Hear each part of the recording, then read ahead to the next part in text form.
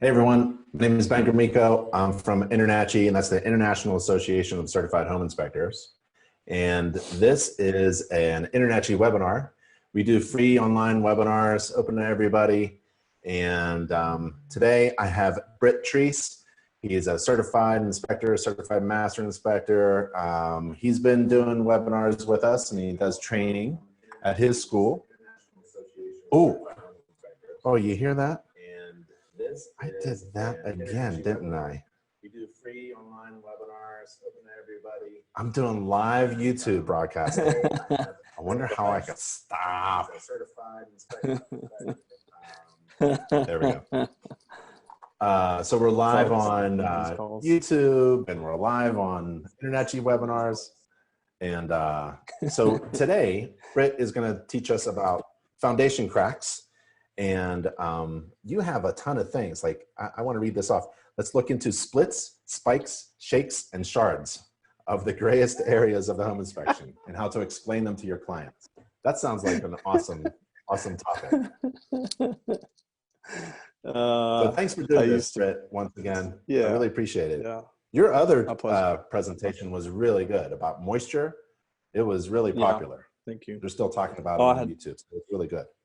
Oh, that's cool. I had a lot of help with that, a lot of help on these. We'll talk about that in a second. So, you know, we have a whole team of guys that enjoy this stuff and help you out. And, you know, it takes a village to raise my children, and it takes, you know, a village to put these together. So thanks to all those guys. Can you see just the main screen here? Yeah, we can. Okay. Yep. Okay. Yeah, speaking of, thanks to Jeff for helping me put this together again. Thanks to the inspectors who sent pictures in. We're going to be looking at John Freudenberg from Silk Inspections. He's in Fayetteville, North Carolina. He's a trainee and a friend, and does a lot of good work down there. So credit where credit is due there. And as always, the clients and family members, you know, friends, mentors, trainers, trainees, and teammates who've helped us with this. This is what I used to look like. Been told it needs to be updated. We're up to 44 trainees in North Carolina, which is really exciting. So thanks to NACHI for that. Our home inspection business is called Confident Home Inspection. And we have a commercial branch as well. If you'd like to check us out online at WB Treece Consultants, but they're all kind of interlinked. As always, I think it's important to think about when you're studying anything, you know, are you sort of tapped into learning? And if you're on this webinar, you certainly are. But I just love to take a minute and still be amazed at homes and at the natural world, and still try to learn something on every home. I still learn stuff from all the guys I've trained. They were just texting each other, and I'm just learning more and more stuff from these messages they send back and forth. As far as standing outside and looking at the stars, you know, I'd hoped to look at the stars last night. I was at a friend's house, and instead I heard coyotes howling in the wilderness. This sounded like ambulances circling me, and that was a strange sense of wonder. So I hope you, when you're not working, are getting outside and spend time with your family and friends, and really seeing how amazing this world is. Guys, you know, as we get started, I'm going to do some more, in a sense, some more theory than last time, but also a lot of pictures. Inspection work is thinking work. You know, we're going to talk about how before you talk to a client and scare them or give them a repair or give them kind of your synopsis of what's going on the home, you're going to really want to think about it. So we would propose, you know, to first look at the history of a property. We're going to break all these down. First, look at the history of a property. What is its age? What are the renovations? What's going on around it? Look at the current context, like we talked about last time, particularly with moisture issues, with any evidence of other movement. on the home, and then, be ready to recommend a course of action to the client, but only after you've done the work to figure out what you think. I got a quick question on the last webinar about a crack, and my friend told me I kind of hemmed and hawed, and I think that's because you have to be on site to answer the question. That's why we don't do inspections mostly by pictures. We can learn stuff from pictures, but we can't do an inspection based on photos. It's funny, my first trainer, I'd send him you do this in your first few inspections, you send him a question, he goes, well, I'm not there. I can't, this isn't an inspection, but if I was there, I would do this.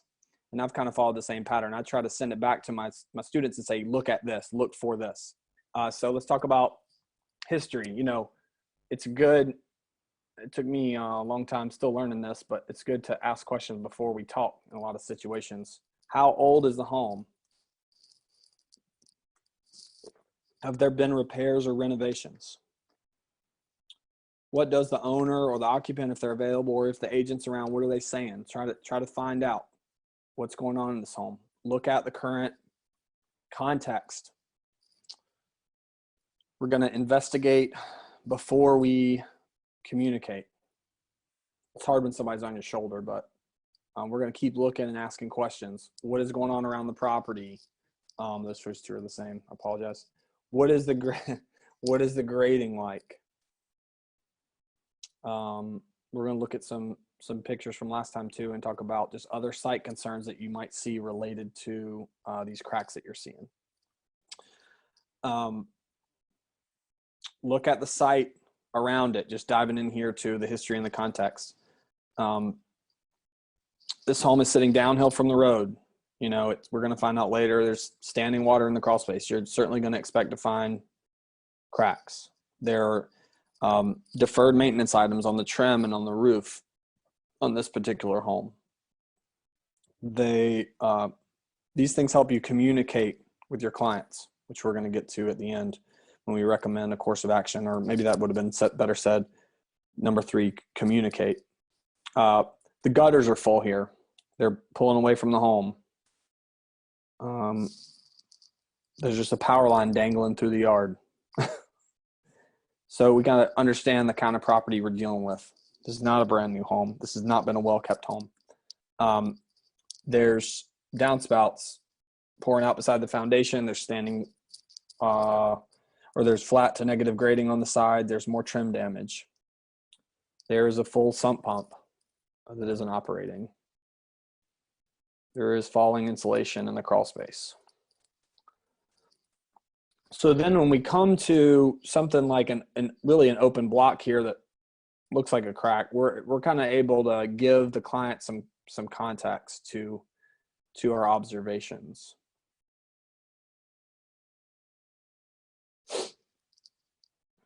So we want to think thirdly that, once we've done the thinking work, then we're going to communicate what we found.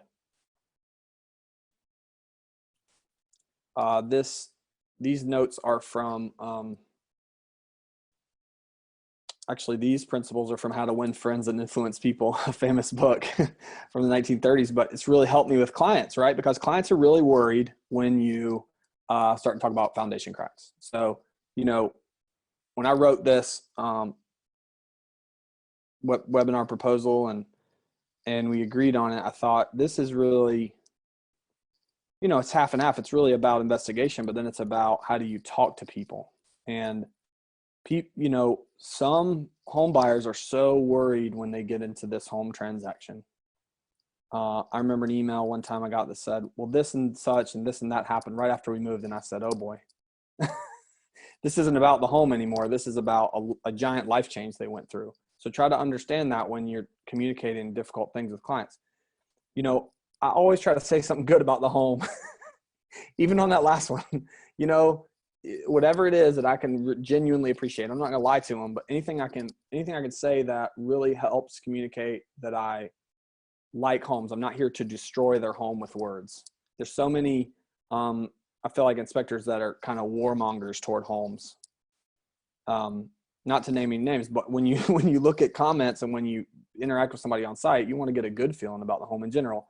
I mean, occasionally, depending on your municipality and your reasons and stuff, you might tell them to walk away, whatever.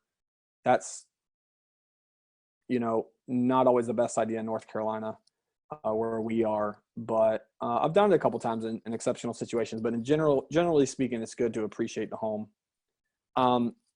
This is straight out of the book, but it's funny to apply it to homes. Make it seem easy to correct if it is, if you really think it's a giant deal, then make that. But if your general rule is to be positive with your clients, they're going to be happy to work with you, and they're going to be happy to hear from you, and they're going to trust you. And when you've done all this work, you're going to be able to say these things in a way that they can listen to.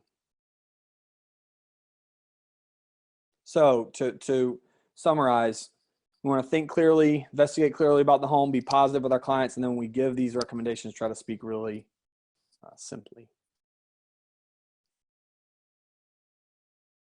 So some example sort of repair items here. My most basic one I'll use, and we'll dive into some pictures. My most basic one I use if I don't think something's a big deal is monitor and repair as needed. After I've done all the work, I feel like it's not a big deal.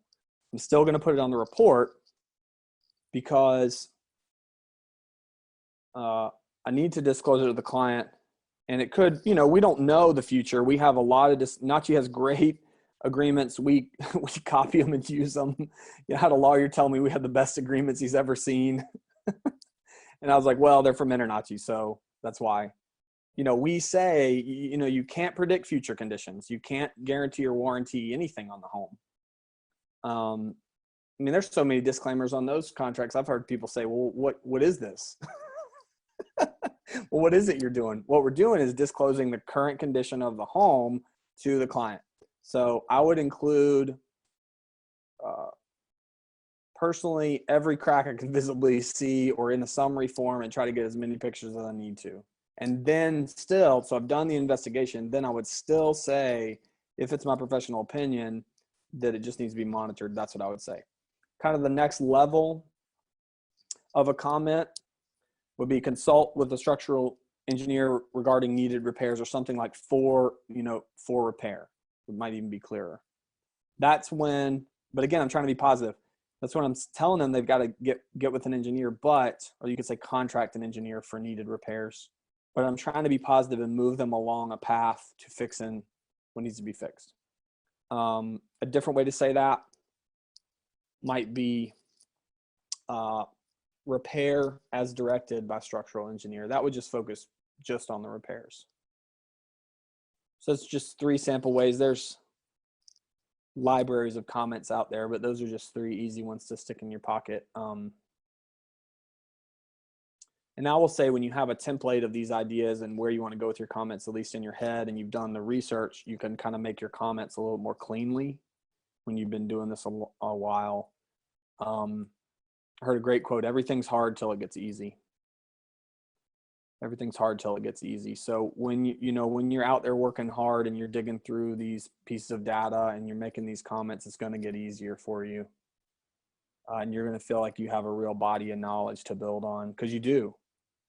We talked last time about using your 5 senses, because you've done the work. I always say that we're professionals with dirty pants. We're white collar job with blue collar overalls in the crawl space. And that kind of belies that's underneath that idea, is that you've done the work and you're the one making the professional recommendation. Quick case study. This is actually number 1. This is obviously a commercial building, but I thought it was interesting. If we were in class and I could interact with you, I would say, what is it that you can immediately identify about this building as far as the history? The thing that jumps out to the eye is the 2 different colors of brick, at least 2. Well, there's 1,000, but there's 2 main colors. Maybe secondly, you might notice that there's been some remortaring up at the top. You could notice that there's a secondary building. It's a little bit hard to see. That's kind of coming off the left side there. You could talk about a flat roof. There's a lot of other things you could do. The cracked driveway. But I think the main thing is, this wall has undergone some changes by looking at it. And then when you're walking around the site and you're seeing, even though it's a public walkway here, you're seeing cracked sidewalks, flat work in the commercial world. You're seeing, crawl space vents that are that are held, that are supported with or blocked rather with bricks, which is not a practice I've seen before. And some of them are broken out. Then you get up closer to the brick and you can see that there's mortar missing. There's chips out of the brick. They're rounded off. It's just this is a 100-year-old building. So these are contextual things you're learning as you go through this property, and it helps you explain some things to your client. So on this one, we would say, this is a very short summary just from some of the pictures. We would say there's deferred maintenance throughout. We would say that the bricks are going to need repair. They've already been repaired. That's something that's obvious, but we're contextualizing for the client what's going on here. We would note here that there had been, when we got inside, there had been some flood damage. So again, these sorts of things are going to help you make sense of what you're seeing on site. Let's look at, we're gonna crack open a folder here to look at. So let me pull that up. And many thanks to my friend John for making these pictures available. He did, like I said, he does great work down in Fayetteville with these kind of things. So I'm going to share those.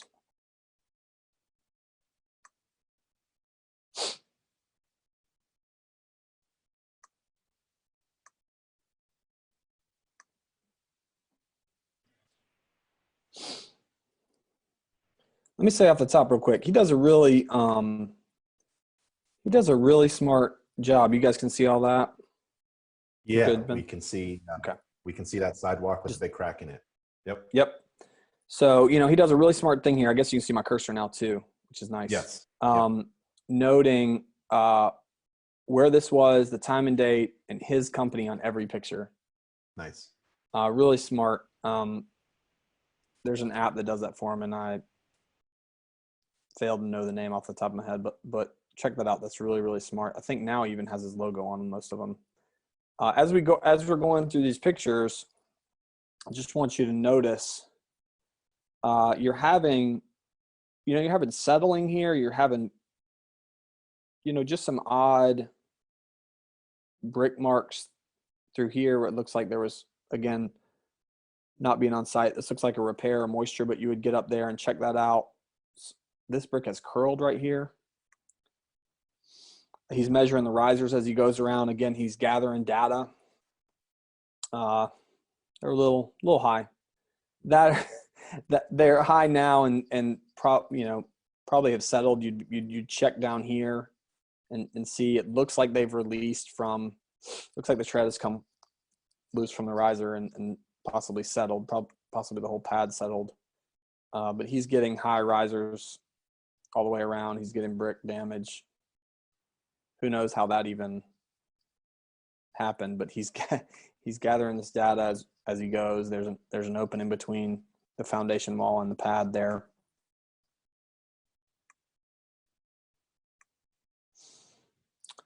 So then when he begins to encounter these cracks in the brick, and I don't know if there's a facade or structural brick here, you'd have to be on site. But again, you'd be doing that work and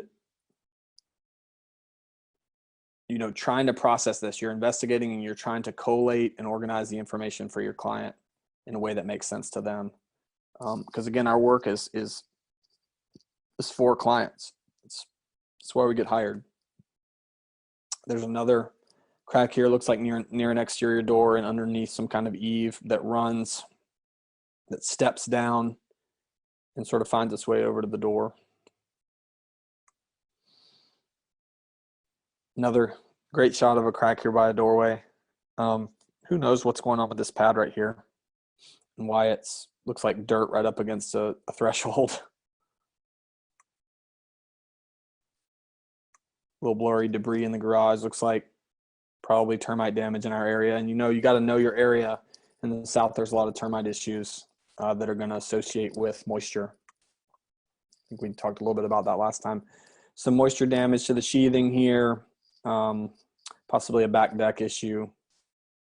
Now he's taken moisture readings of the block.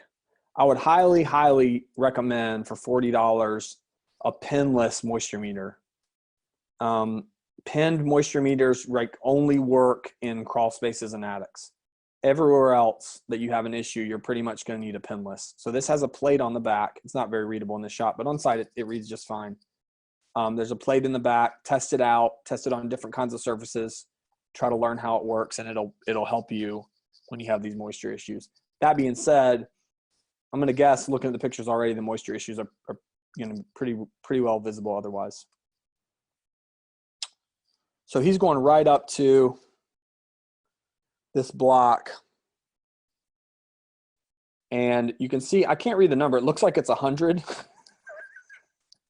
Can't quite tell, but I can tell that the red, the meter has gone from green to yellow to red, which means stop. It also means stop in moisture. It means stop pouring water through this wall. And lo and behold, you have a running crack down the wall. Okay. Efflorescence. I love it when people call it fluorescence or effervescence. It's such a fun word.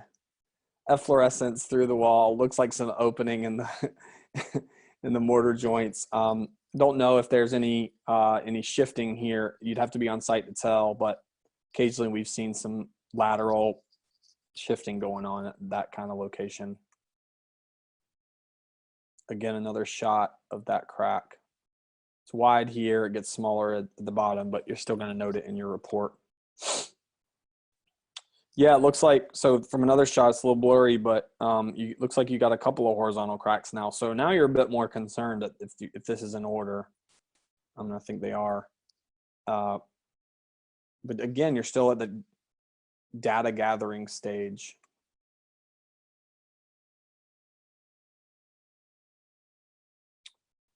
Those bottom blocks are pretty dark.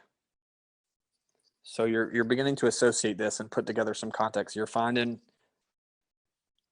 growth and damage, and it looks like a prior repair now.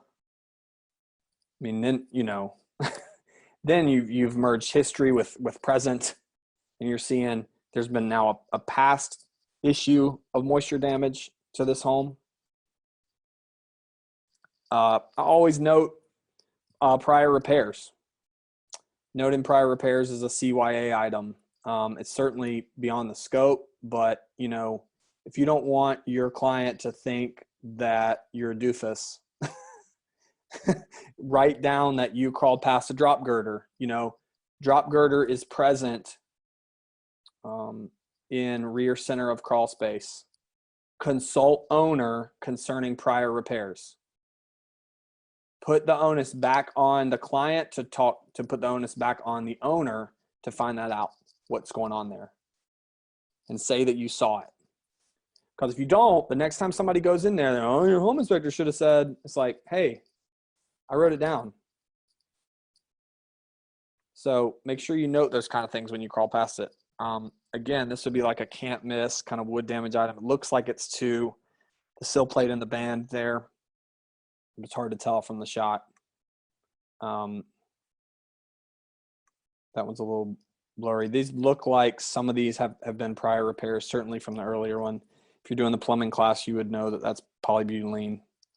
Not gonna. Hey, Britt. Yep. I see somebody raising their hand. So I just want to recommend tell everybody that if you're watching this live, you can ask questions using the question and answer button down there.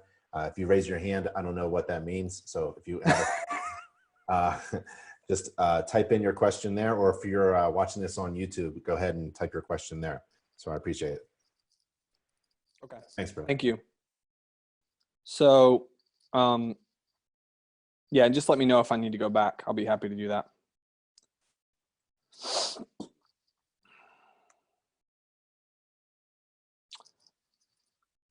Again, some either wall sheathing or just the, Yeah, that's wall sheathing, but occasionally you'll even see the exposed siding, I think, in some of these areas.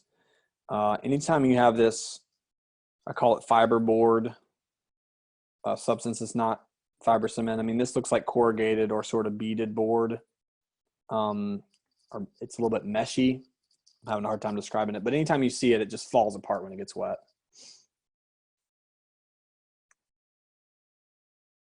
I mean, he's still going in this crawl space. If you're watching the time here, you know, again, this is the kind of work that you want to do to make your comments. You know, I think I was saying in class the other week to my last set of trainees, I was saying, you know, the danger with the home inspection is people think that you take $400, whatever your fee is, and you walk through the home in 20 minutes and you write a report. These are the kind of observations that keep you, number one, your integrity. Number two, the integrity of your report and the value of it high. Because he's now spending, I mean, I think if we go back, I wonder when he started in this crawl space. This is not even a point I was really honestly planning on making, but this is, you know, this is amazing. He started in there at around 10 o'clock. So, and we're not even at the end of the pictures yet. I see that Q. I can actually see that Q&A now, Ben. Now I'm curious how long he's in this space, and it looks like it might be a combo between a crawl and a, but I mean, it goes on and on and on till, well, some of these are at 9, so he might have even been there earlier. I mean, this is incredible work, John. Let me click back on this. Should I take that question now, Ben? Sure. Anytime you want. Okay. Oh, we have our photographer noting in. I thought you were on, I thought you had a 1 o'clock, John. I was, he said he was given a heads up by these issues from a tenant who was complaining about the steps in the walkway. Yeah, no wonder. So the tenant told him, and that's funny because we talked about it last time. You ask the people on site. I'm glad you ask the people on site, what's going on here? We were doing, Jeff and I were doing a commercial one for a retail space. We walk in, you know, we walk into the managers and we go, hey, what's going on? How do you feel about the HVAC? And they don't know really who sent us. They don't really have a dog in the fight. They go, well, half of them don't work. I looked at Jeff and go, the inspection is kind of over. We're going to go verify that. But they're the ones that are here all the time. They know, the people that live in the space and work in the space know the most about the property. You just need to go verify it with observations. It's a simple 80-20 principle. You know, they are the 80. These people that are using it and living in it all the time, they know what's going on intuitively in general terms. You know, some people don't care, but people that are around it and using it and care about it, they know what's going on. So, you know, John was given this note before he got out there. He says also the foundation wall was deteriorated at the bottom and it bowed out, but it was hard to photograph. That's true. Stuff that moves, like third dimension tends to be really hard to photograph. You kind of have to get to the side.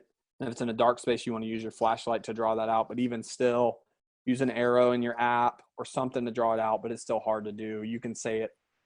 I always say, make your comments in words as though the picture is not there, because your picture may not get translated when the report gets passed around. It might just be words. So make sure you give the location and the observation verbally in addition to the picture. The picture is just supplementary to your note. He also says, not pictured, is there were no gutters on the roof. So where you had and I think we talked about this a little bit in the last webinar, it's not surprising that the roof probably joined somewhere, near the front porch and walkway. Said the tenant complained for years. Good thing we can't see the address. Good. Tenant complained for years. So the property manager never addressed it. And, there's good, there's folks that will do it and folks that won't in that field, just like any field. And then over the years, it resulted in $90,000 worth of damage. $90,000 worth of damage. Hey, Brett, I wonder if John could, by text, or, I could open up his microphone if he wanted to, share that I'd love to app hear.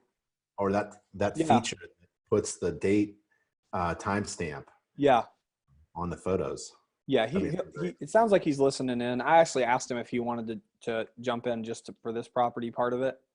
And he said he had that 1 o'clock, but he can probably send us that app, or we can, I can text him right now. Because that's a really great point. Yeah. He went back and looked at his starting point. Yeah. That is an investment of your time. But it's well worth it. I mean, that is incredible value. To gather and that. Yeah, and maybe you've had, there's 1 in 1,000 clients that'll say, I don't think you did an inspection on this house. Yeah. And you're like, what? I spent 3 to 4 hours and I took 100 pictures, and then you can hand them the time and date stamp photos. You don't want to just inspect for those type of clients, but it does protect you and slander about your business and your practice. So these kind of things are like, he was in the crawl space at this time on this day. Looks like we got a couple questions here.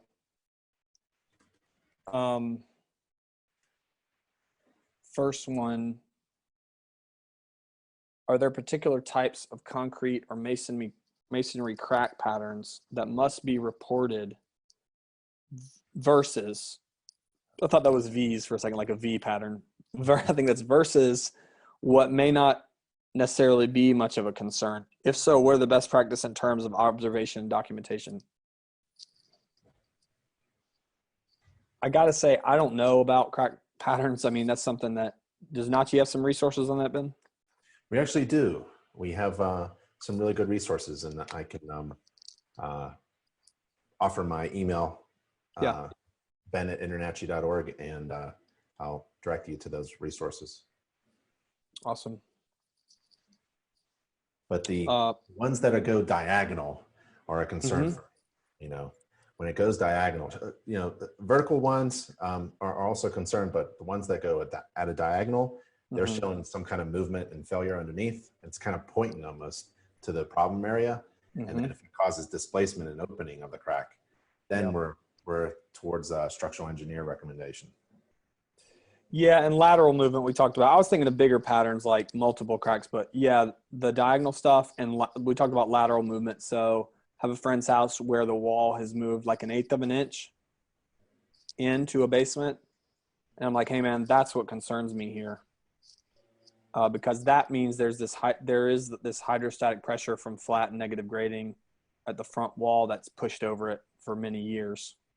And then when a general contractor, former owner, installs metal straps to hold it in place, I'm concerned that there's a danger of movement there. So again, we're looking at the context and the history of the property there. John just texted in, the name of that app is Timestamp Camera for Android. And I don't know if it's available on iPhone or not, but Timestamp Camera for Android. We can put that in the comments as well. Timestamp Camera for Android. So you just put your logo, your name, and it does the rest. Nice. I'm not sure I'm familiar with this this third one. Would the inspectors suggest the Pruvon app? I'm not familiar with that one. It's another photo app. Okay. I haven't used it. Okay. Awesome. Well, I'll keep this over on my second screen.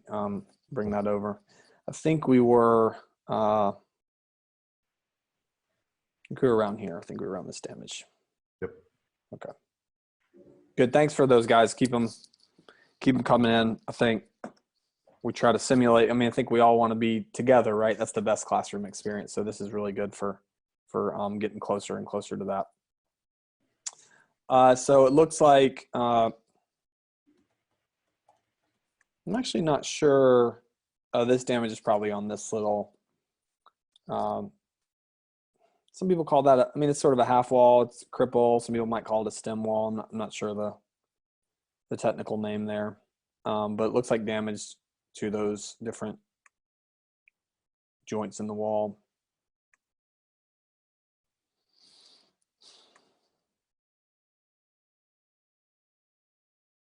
Looks like a different location, but still some, you can kind of see that the darker part of the wood is up top. But I mean, it's I mean, it looks like that like peanut brittle stuff or maple candy when it crumbles like this. Pest inspector once told me it's called brown cubicle rot, and it just turns into little cubes. That's another one of those cannot miss kind of items when you're in a foundation space, or really any space. Watermarks running down the wall. So he's still in there at 11:19. This is a different crack that looks bigger than the other one.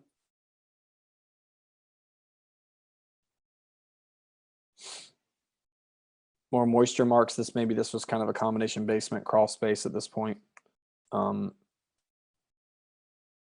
Missing vent up here. Some kind of marks here.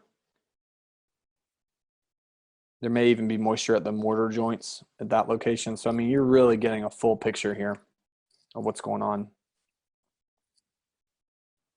More moisture coming through the wall.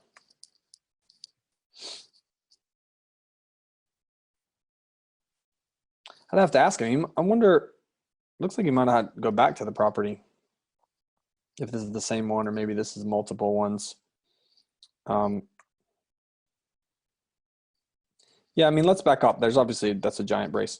So they've had to install some kind of steel I-beam bracing to this wall to keep it from moving. Apparently the outside problem was not repaired, but this was. And we talked about last time, you know, you can find these Band-Aid type fixes that don't address the source of the issue.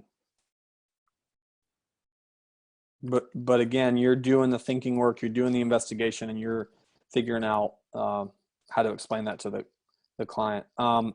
Brad wrote in, Bradley King, checkmate inspections, Boone, North Carolina, 5 census inspector training graduate.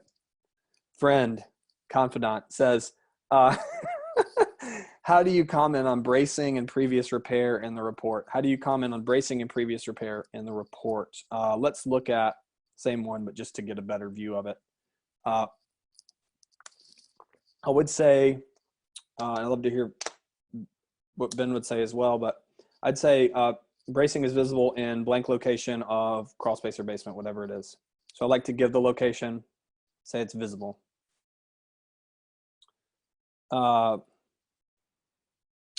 If you want to connect it to what's going on outside and what you think the source is, there's a pro and a con if you want to connect it. If you do connect it, that connection can get questioned. If you don't, you're just making an observation from inside, but maybe the client in your writing won't understand the connection. I try to avoid making the connection in the comment and make it verbally to them, or make it location wise in the report, because I don't want the whole defect issue question because of a connection that's in the report. But I think there's a pro and a con there, and I think you have to make a professional decision as to how you're going to go with that. Some people are just going to go all out, hey, it's this, it's that, and if you have all that information, you do it. But if you're not, if you're not sure, I think on this one we're pretty sure it's connected to this drainage issue outside. Structural bracing is visible in crawl space, in front right corner of crawl space. Okay. You could say that this may be connected to drainage issues outside, but I'm definitely going to say consult owner, consult occupant, or consult property manager concerning previous, I might say, leakage and repairs in this case, because we know there's a moisture issue outside. That's very wordy, but when you're working through it, you're going to clean that up. What would you say there, Ben? Yeah, whenever I come across something that's over my head, oh, it's fantastic. I just say, like what you just said, I'm asking for the report. So I would tell my client to ask the homeowner or the the home seller or somebody else about what is going on here. Who installed it, when, why, and was there a structural engineer involved, and where's the copy of the report? Yeah, it's good. Yeah, reference previous report even, or previous documentation on repairs. And that's the other issue that you were touching on previously. That, you know, you have to tell your client to do something. I'm not going to write a report for the building owner, right, to give me more information. I'm going to tell my client to do that. I'm recommending my client to get more information. Yeah, and you know, clients don't understand this, but their liability is in one sense raised when they get a home inspection. They feel like it's, you know, they feel like it's better because they know more, and that's true also. But it's also true that they should have homework when they're done. You know, they should have more information and more knowledge of what to do with the home moving forward when they're done. You know, we had a trainee who somebody said didn't do a good job, whatever, had an inspector come after him 100 days later and write up some of the same issues that he wrote up on the pre-purchase. The lady moved in and said there were still problems. Well, the second inspector finding stuff that the first inspector found just means that the client didn't do what they were supposed to do to the home. It only proves that he was right and it wasn't taken care of. So, you know, when we give stuff to clients, you know, they don't always know, but it's raising their liability in the sense of their knowledge base, and they're now supposed to take care of this stuff. So, you know, our recommendation to him was just, hey, you know, point out you already explained this, and, you know, they didn't take care of it, and, you know, as kindly as possible. We got another question.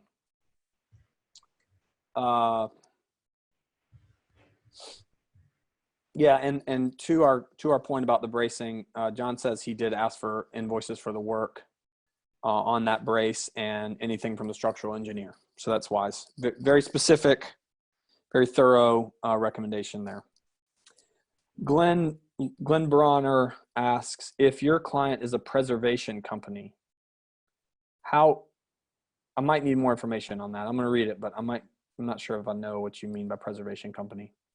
How would you be able to, if possible, obtain more information on the property since you're not dealing with the owner directly? What does preservation company mean there?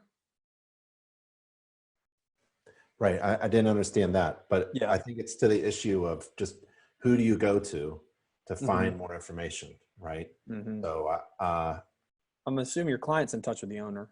Yeah. Yeah. That's similar to a buyer, I think. Yep. Maybe that's a more, you know, sort of stylized answer if there's a specific situation. I don't know the name of that preservation company. Sorry, Glenn. I mean, like, what are they doing? The preservation company, are they a property manager? I think that's the question.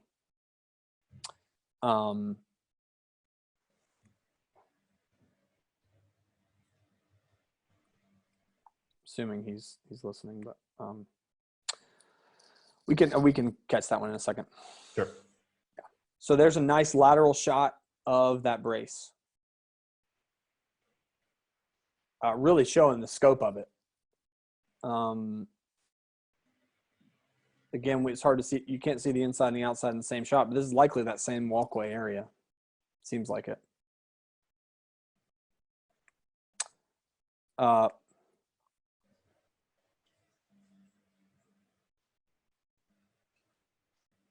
More water intrusion, water damage, more shots of the brace. Yeah, I've wondered if I went backwards a little bit.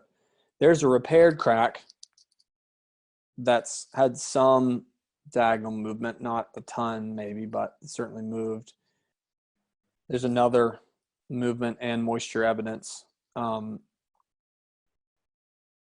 lateral shot of that property. So we go back now, you know, he's got 30 or so pictures of the issues in this crawl space. 6, that row has a little bit more than 30. And again, the stuff that we looked at is now going to be, you're going to try to collate and give that information to the clients. I would say as simply and clearly as you can. And that's going to be the issue with something like this. So if you're clear thinking and you have a process when you get there, you're able to sort of collate this information and organize in a way that your clients can use, because that's really the end goal. We don't deliver them photo banks, we deliver them reports. And reports are your observations with your knowledge communicated back to the client.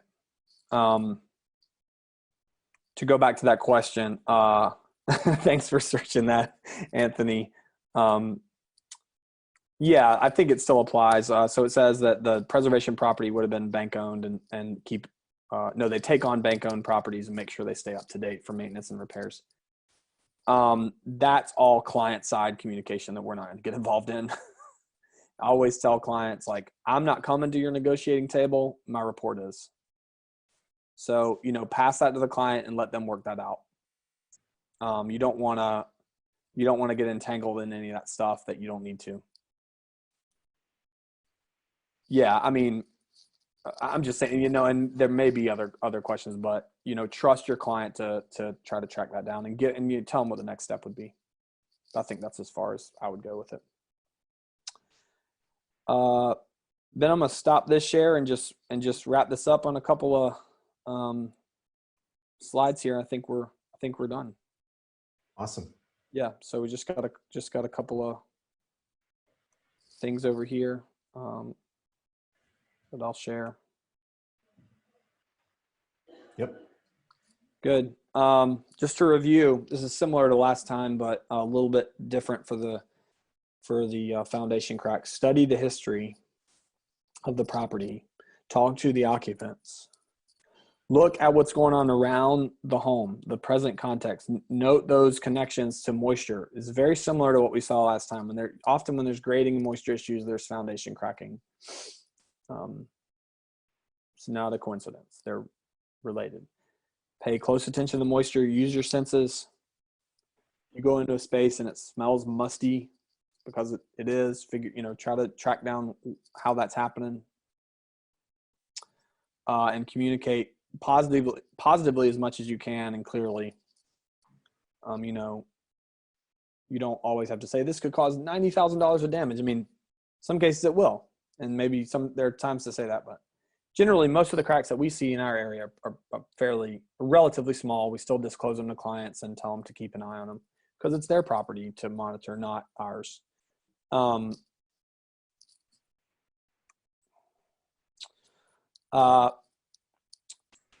Those connections, just like last time, the roof, the grading, last time we talked about floodplains, exterior and interior drainage, interior of a crawl space that is, and any visible moisture on foundation walls, crawl space floors, outside walkways, indoor floors, and yeah, just any questions, guys.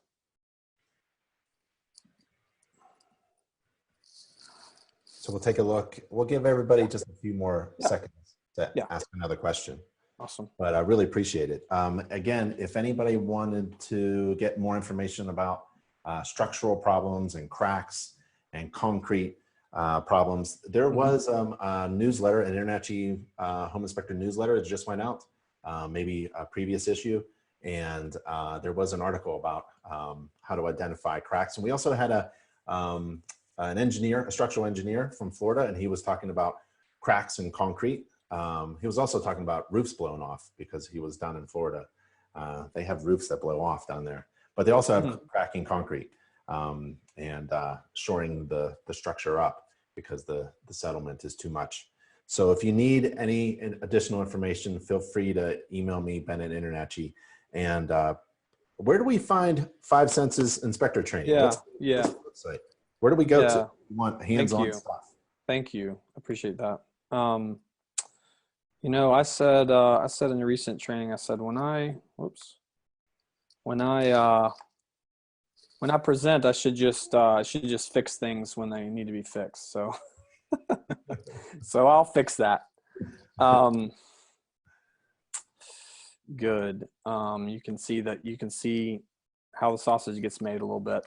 Our website. There you go. Type it. Yeah.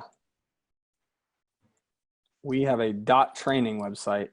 Nice. So that's HTTP 5 senses inspector .training. There you go. That's awesome. So, we're based in Raleigh, North Carolina. We have done sessions in other locales. We have an on-site commercial training coming up in June. We do rotating field trainings for home inspectors as well. When people contact me about mentoring, give them a call, see what they need. Often, they just want some camaraderie, some friendship in the business, some people to talk to, because if you're not careful, home inspection can be a really lonely business. So I'd encourage you to find somebody in your area that you can interact and meet with and chat with. Grab lunch, grab a beer during the day, after the day, and give them a call. We're always available to do the same wherever you are. And I love seeing pictures from guys in all different areas. Awesome. That we get to work with. So thank you. Really appreciate it. Thank you a lot, Brett. Yeah, my pleasure. Thanks, Ben. Thanks, everybody. Stay safe and healthy. See ya. Bye. Bye-bye.